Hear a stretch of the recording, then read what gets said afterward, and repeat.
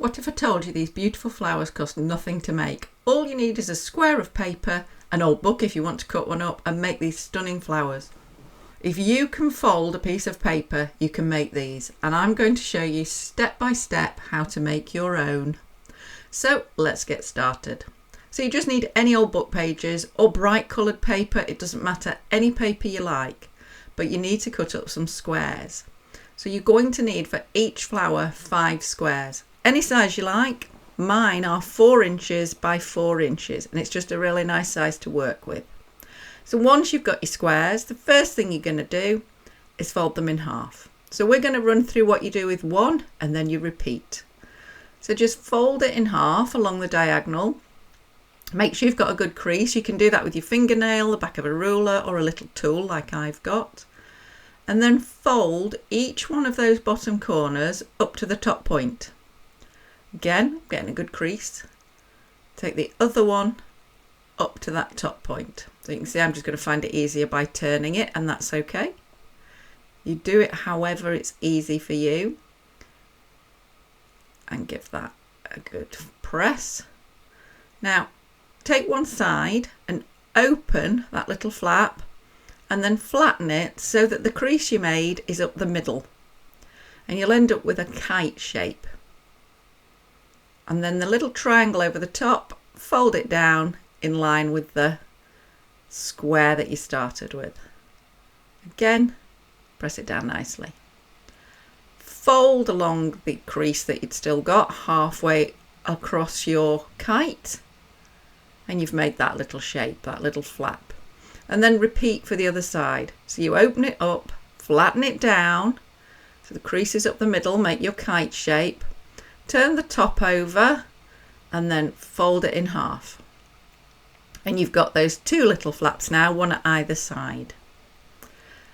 So now we're going to form one petal of our flower by gluing those together. Now I'm just using an ordinary paper glue stick. You can use any glue you like. My philosophy is use what you've got and see if it works. So just put it on one side on one of those flaps and then roll your shape round. We're not forming a crease this time, we're forming a nice curve, and then squeeze those together. So you can see I've put my fingers inside to squeeze them together so that I don't put a crease on the other side. We're forming that nice cone shape, which I'm sure you'll recognise from the flower we had at the beginning. So you can see we've got a lovely petal there. And now what you need to do is get 4 more squares and repeat that whole process. So as if by magic, I will now appear with 5. And there we go. So now we're going to glue those together. So back to the same glue. Take one of your petals and just put some glue along one side against where they join together, the 2 sides join together. And then take another one, doesn't matter which one, just pick one up and glue that onto it, just so they line up, just like that. And that in the centre there, where they're meeting, that's going to be the centre of our flower. So all we've done there is join 2 petals together. And you can see I've poked my fingers in again to squeeze them together, get a good seam. Now, if your glue takes a little while to dry, you may have to keep waiting between steps. That's just trial and error with your glue. But you're just going to work your way around. So we're now adding the 3rd one in exactly the same way. Just take a moment to line up so those centres meet exactly. And you get a nice point at the bottom of your flower. And then once you're happy those 3 are all glued together, it's time to take number 4 and glue that on in exactly the same way.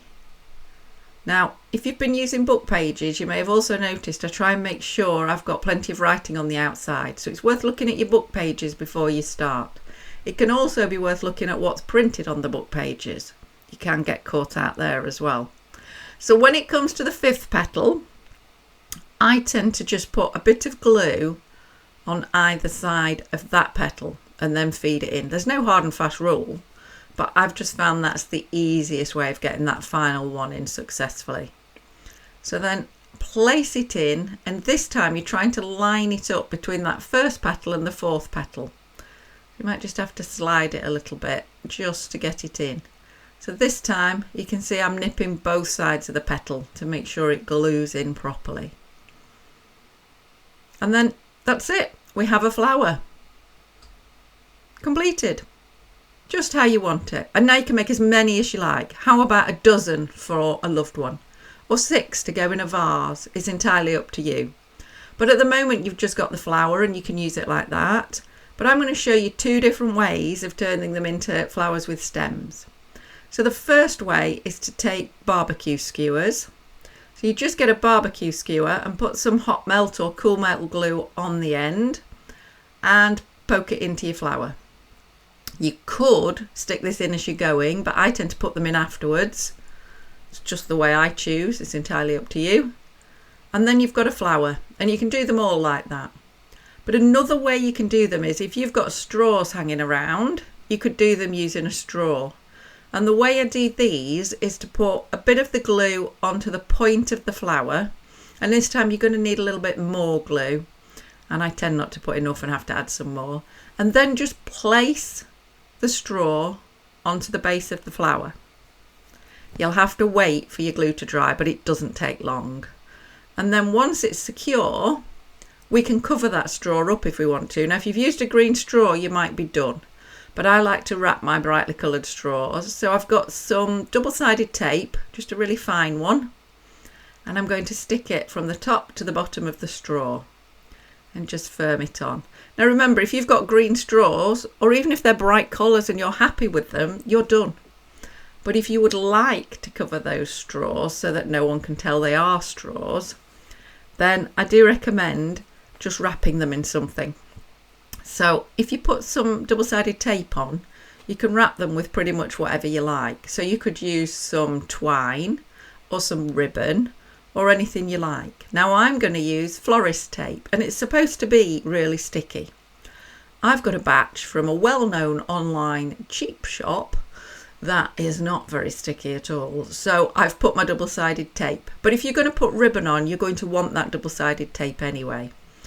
And then once you've got it secure on the base of the flower, you're just going to keep wrapping it around the straw all the way till you get to the bottom.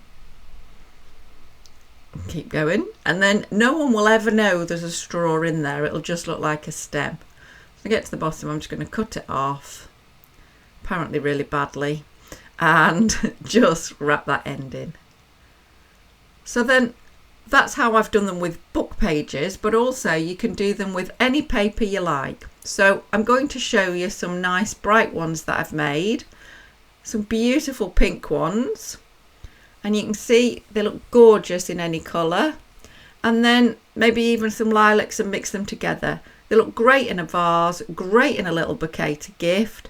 So I hope you'll enjoy making your little origami flowers from squares of paper. Please let me know in the comments below how you get on and what you're going to do with them.